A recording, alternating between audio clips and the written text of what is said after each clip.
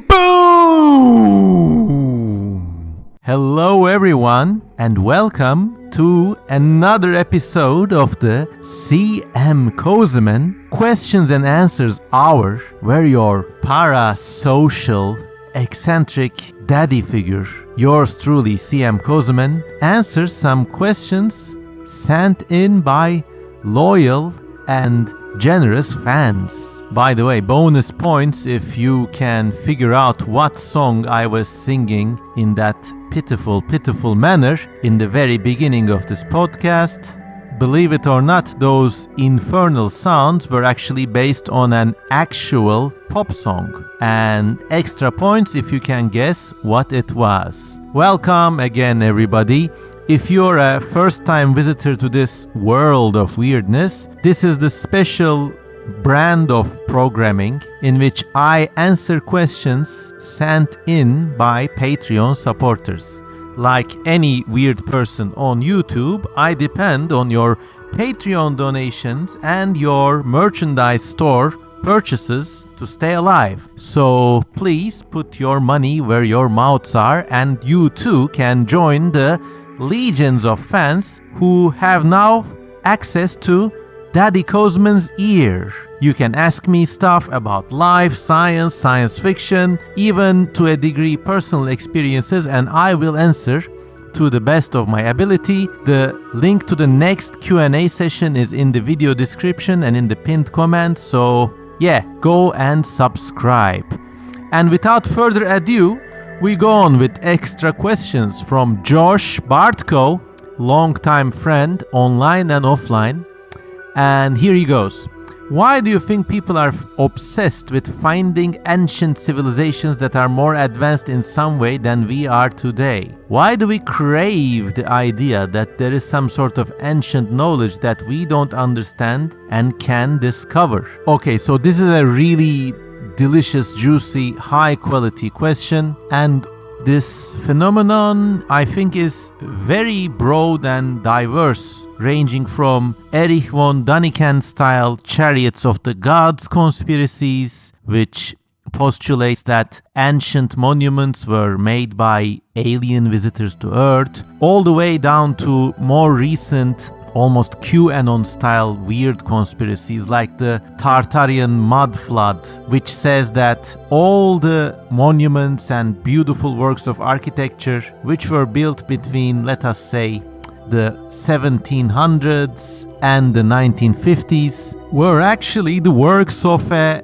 Tartarian civilization which had egalitarian access to advanced science and advanced technology of a sort of Nikola Tesla bent. That is to say, they look at a beautiful spire on a Victorian era building and they say, actually, no, this was the power distributor which distributed free energy via the air, like radio waves. Anyways, they say that this Tartarian civilization was actually secretly and brutally destroyed sometime before the Second World War. Some versions of this conspiracy even say that the Second World War was a kind of historic lie concocted to cover up the destruction of this advanced and benevolent Tartarian civilization. Others say that this civilization was somehow buried under mud, and the contemporary civilization occupying the Western world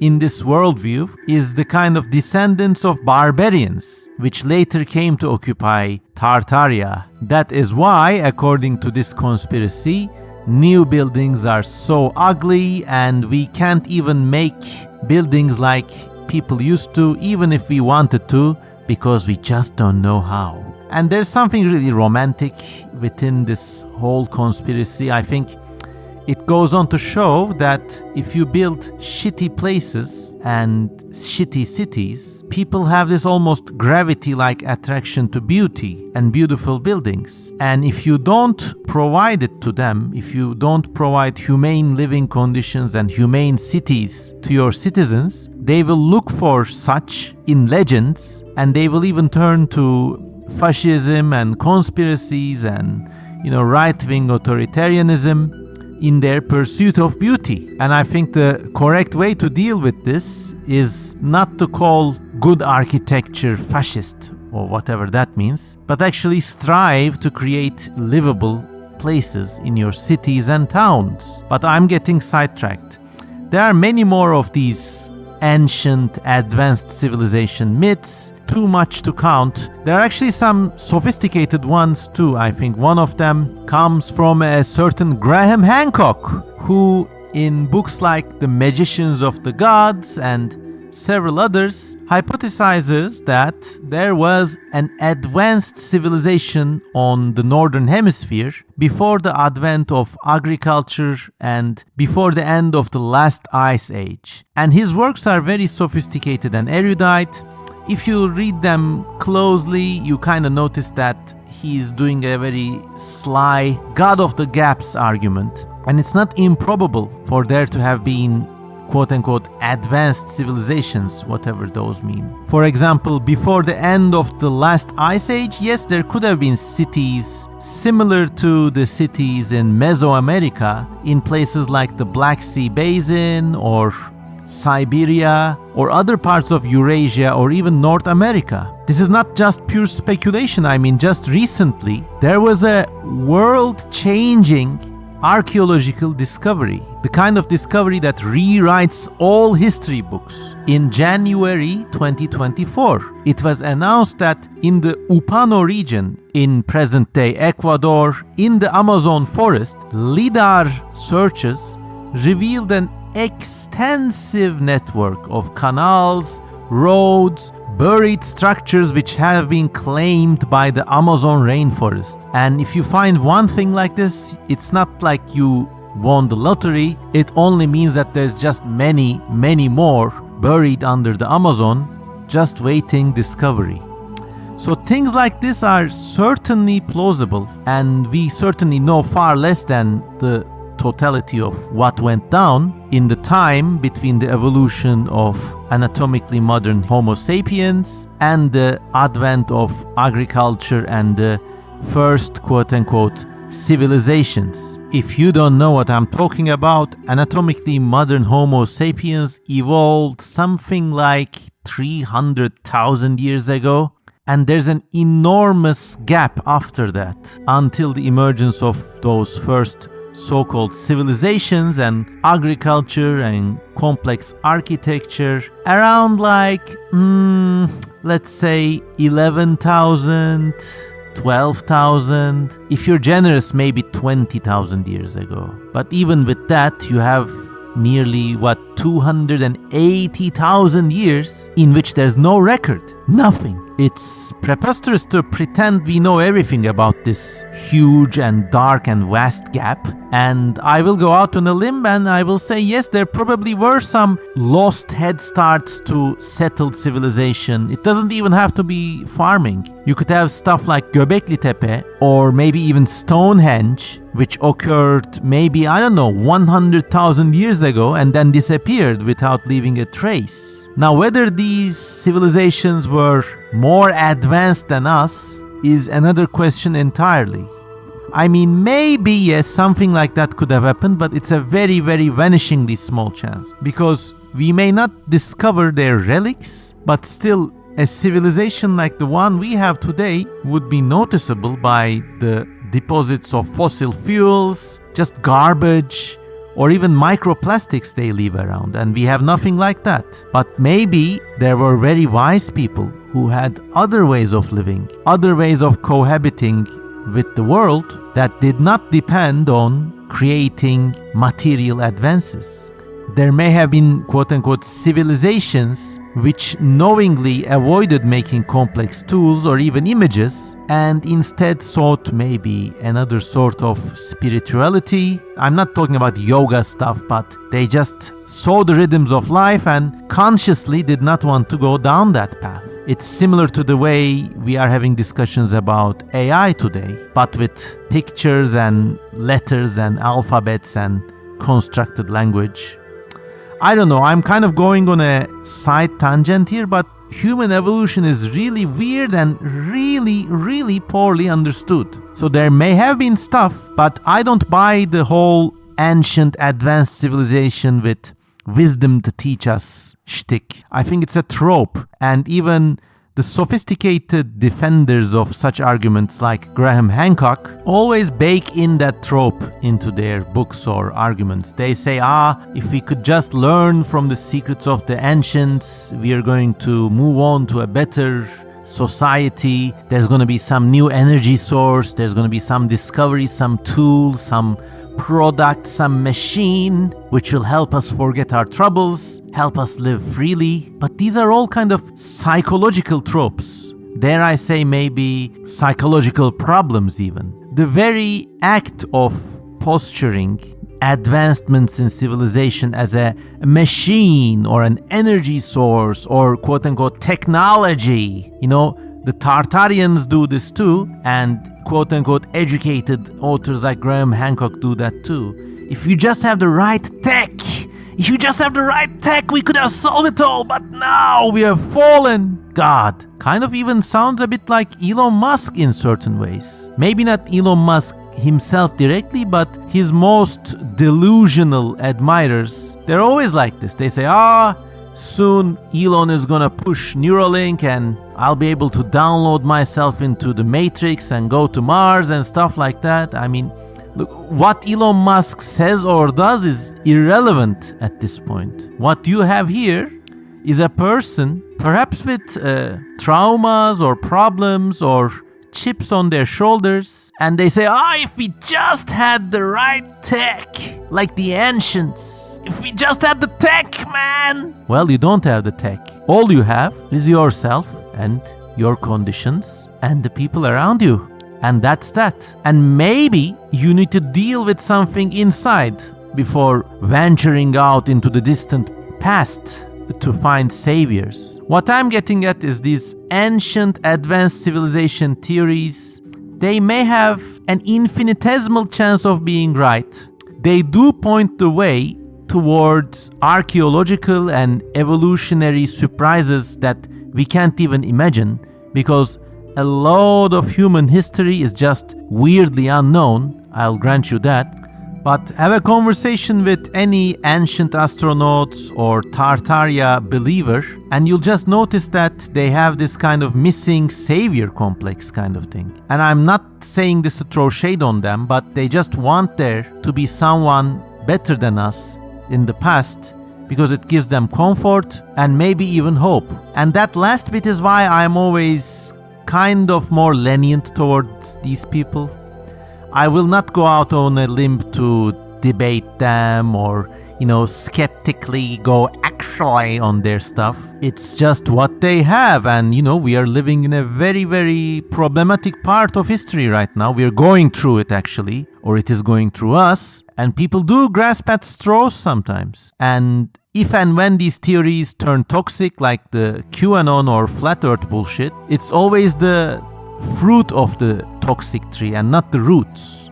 So there's that. By the way, this thing is not new. In the 1600s and 1700s, even in the early 1800s, there were people who looked at the ruins left by the Romans and the Egyptians and they said, I wonder if we will be able to build as well as the ancients built back in the day. So I think it's a common psychological quirk working its effects on societies or subcultures' perception of history and or ruins. We have this thing in our minds where everything in the past feels cozier and rosier and more pleasant. Just do this test with yourself. Think about, 4 years ago, 3 years ago, or during the COVID lockdowns. I look back now and to me, certain memories I have, even when they seemed horrible at the time, now feel pleasant. And that's the way the brain works as a recorder of memories. We are very quick to forget awful things and very quick to kind of layer over good memories and make them shinier and brighter in hindsight, like an oyster layering mother of pearl substances on a grain of sand which just got in it. So that's how memory works, and I think that's my take on the ancient advanced civilization trope. One more question from Josh Bartko. He says, what are the odds that we are among the first civilizations in the universe? Are there any significantly older civilization than us, or are we in the young crowd? Well, I don't know. The go-to concept when considering this is the Drake equation, and that's not the equation used to calculate the length of the penis possessed by the rapper known as Drake. I'm just being silly. Anyways, the Drake equation goes, there's a number of stars. Some of these stars have planets. Some of these planets can support life. Some of these life forms can get advanced, whatever that means. Some of these advanced life forms can become intelligent, whatever that means. Some of those can develop civilization, whatever that means. And some of those can develop advanced civilization, whatever that means. And then finally, the best of the best of the best of the best of the rest can actually build radio shit and broadcast radio stuff into the universe and kind of become detectable. But I think this whole Drake equation thing is faulty from the get-go.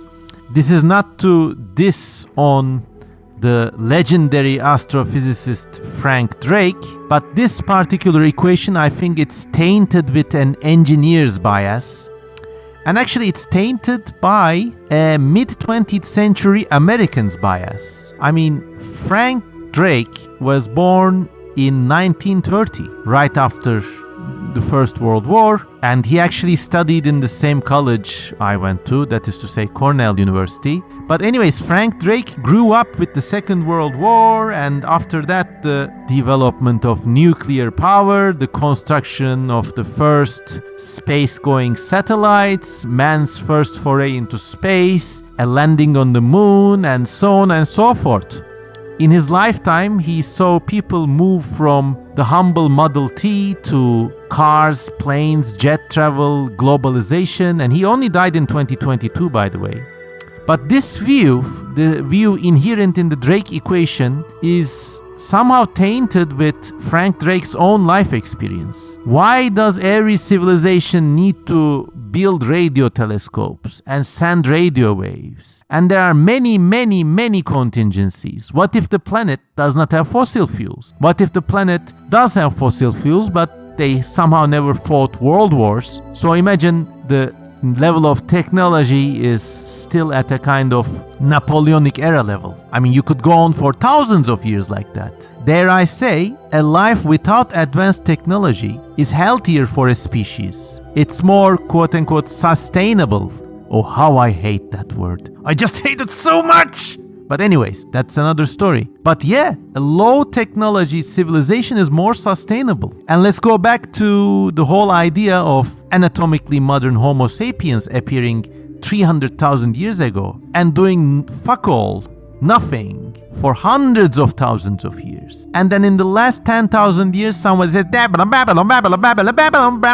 oh, we can, like, I don't know, build these statues and make these symbols and shit. We can put the seed on the ground and just eat the shit that comes out of the ground over and over and over again. And you know, was that a smart move? Maybe not. Maybe you don't even need atomic power to be the destroyer of the worlds. The moment that fucking spade goes into the earth to plant a seed is the moment the downfall begins. And so maybe being the first civilization is actually like a cell looking at its own self, and it sees its neighbors turning into cancer cells, and oh boy, those guys have civilization. And then soon everybody turns into a cancer cell, everybody dies, rinse and repeat. I think, though this might be too dark maybe, but civilization, the kind of weird society we have created as Homo sapiens, we are effectively colony living megafaunal primates that are using technology to evolve into a sort of termite-like existence. But it's creating more problems than it solves, and you can't tech your way out of many of those problems. It seems very likely to me that in the next 2 centuries, the current globe-spanning civilization, I'm not even naming any countries, it doesn't need to be American or Western or whatever, but the current civilization based on these technologies will peter out and something completely new will begin. So that's the paradigm. Maybe you don't have many galactic civilizations broadcasting, we're getting a signal. You don't have those signals because actually the whole point of living on a planet and being an advanced species, being intelligent, being sapient, goes through actually avoiding that mechanical gimcrack knick-knack bullshit. But that's just my opinion.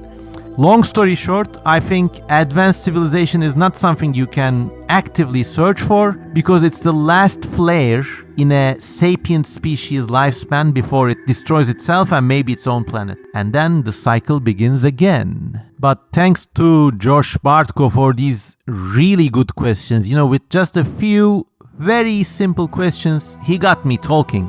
He got Daddy Cosman's mouth a-running. Okay, and he has one more question for me. Here it goes. Another question I've been thinking about is in the far future of Antarctica. If the continent eventually drifts north and the ice melts, what do you think would colonize it? The obvious idea is a continent of birds and bugs, but it would be interesting about bats re-evolving a terrestrial lifestyle before eventually rodents and others arrive. Well, that's a completely different sort of question. One that needs me to take off my civilization doom prophecy hat and put on my speculative evolution hat. Okay, I put on the hat. Look, I don't know, Antarctica is a huge landmass and it won't suddenly become unlocked as a server for other animals to colonize. It will slide north bit by bit and will become habitable bit by bit. First you will have slivers on the shores, more habitable and free from permafrost. Then these slivers will grow into small valleys and plateaus, and at the end the whole continent will become ice-free. And then life can spread. And the evolution of sophisticated land animals on such a situation would depend on who gets to the shores first. Now you already have birds there, so I strongly think that there will be some ground-living birds like New Zealand, but much bigger. We have to see if patterns of sea currents allow a kind of rafting dispersal to this place. There are some sea currents that go from Africa to South America, which are very predictable, to such a degree that monkeys have rafted from Africa to South America and evolved into South American monkeys there. Now, I don't know if Antarctica will be like that, but certainly at some point some rodent or small carnivore or maybe even a primate will arrive, and then those guys will start diversifying too. Maybe they will take over the birds if the birds haven't produced big robust forms that can withstand them.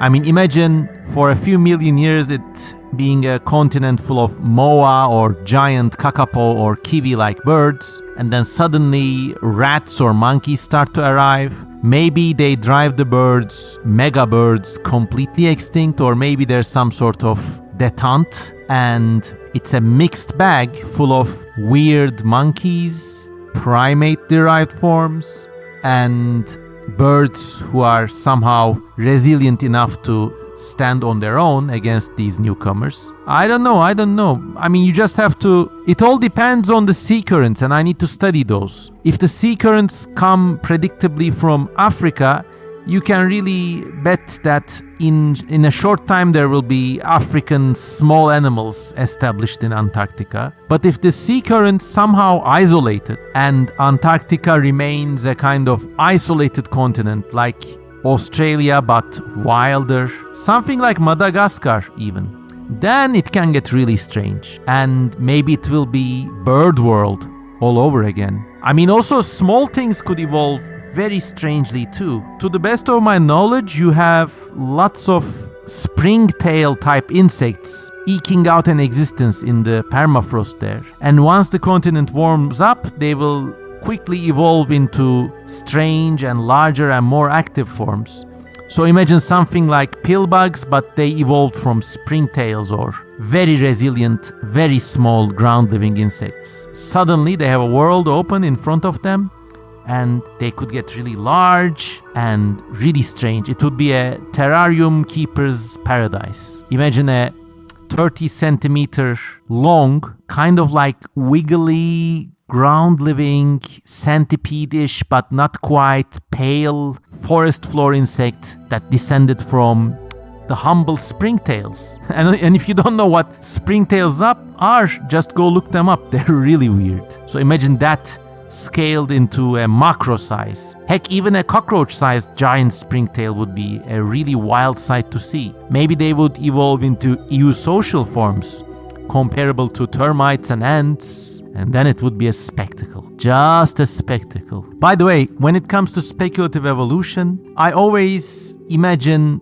the minute details first. And I had this revelation when I traveled to Australia in 2015. Now I'm a resident of the Mediterranean world, and I spend a lot of time like going around in the bush, flipping stones, digging around in the undergrowth, just looking at things. And you kind of know that the world has a feel to it when you do that. You know, when you put your fingers into the leaf litter, you kind of see all the weird dry leaves, the kind of bugs running about there, the little spiders, the flying little insects, everything. You kind of know. Now, when you go to Australia, I really felt this. First of all, I don't know how, but the air has a different feeling. And I actually went to Queensland into a jungle, and I took some time, like half a day, just rooting around in this coastal jungle. It wasn't somewhere really isolated, but it was feral, you know, it was wild. And then I noticed the very texture of the leaf litter is different. I plunge my fingers, it's like a dream. I plunge my fingers there, the sounds are different. The little leaves and the little seed pods and shit, they're all different. The little bugs wriggling among the leaf litter, they are different. So when you're doing speculative evolution, you must always consider this aspect too. Consider the undergrowth, the smaller fauna, the unrecognizable bits. They would be different in a ever so subtle way that you would feel the difference. And then yes, there will be the different new majestic animals, I don't know, the big birds or the big monkeys or whatever. But yeah, when you're imagining a kind of speculative evolution Antarctica, I always start by thinking about the undergrowth. Just put your fingers into the ground. Close your eyes and imagine this. Put your fingers into the ground, dig in. First there's the crunchy leaves, or maybe they're not even crunchy, maybe they're like little snippet snap kind of twig or pine needle like things that have descended from moss, which kind of evolved into larger forms as the continent drifted north. You put your fingers through that, and then your fingers hit the moist earth, the muck. What's there? What are you feeling? You bring your hands up, open your eyes, open your hands. What kind of bugs do you see? That's always a great scenario to imagine. Okay, these are Josh Bartko's incredible questions. And maybe we have time for one more tonight, and these questions never seem to end, but I really value these things. Somebody asked me recently, why don't you take questions on live streams? And I do live streams too, and they're all free actually. And I have a nice time with a lot of friends, a lot of people watch and listen. It's a great experience. But in live streaming, you can't percolate your thoughts. You have to answer questions on the fly. Also, people ask questions on the fly, and they are usually more... I mean, when I'm live streaming, I talk about snacks and food and, I don't know, the structure of local streets and stuff. Sometimes we go on Google Maps and look at where people live and talk about that. It's more conversational. But with this type of Q&A, I get the really smart, juicy questions, and I have time to think, and I can give you really juicy Daddy Kozeman answers. Okay, one more question, this time from Enzo Gomez Diaz. What came first in your life, sketching or storytelling? I remember when I was younger and used to draw strange creatures, but never got to elaborate any further. Oh man, this is so touching.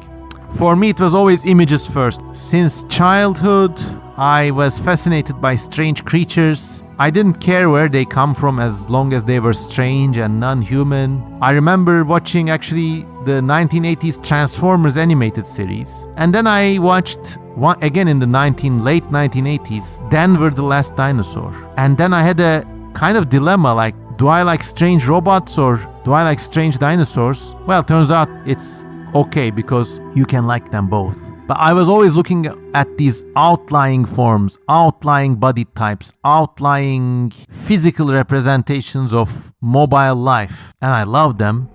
And through that, I began to read up on natural history as a child and draw. And then as I drew, stories evolved afterwards. So yeah, sketching and drawing first. I'm a better artist than I'm a storyteller, but goddamn, I was lucky with All Tomorrows, I guess, because a lot of you weird people love that story and now subscribe to my channel, and together we are having a great time. Thank you all for your questions.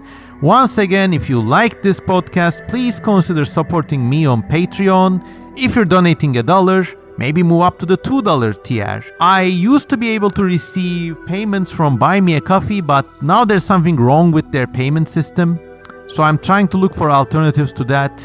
If you still like this channel, if you still like this podcast, you can join up on Patreon and ask more questions, or go to the merch store and support me that way. We got lots of All Tomorrow's posters, t-shirts, and other strange and cool stuff on sale there. As always, thanks for listening, and I love you all. Until the next round, goodbye.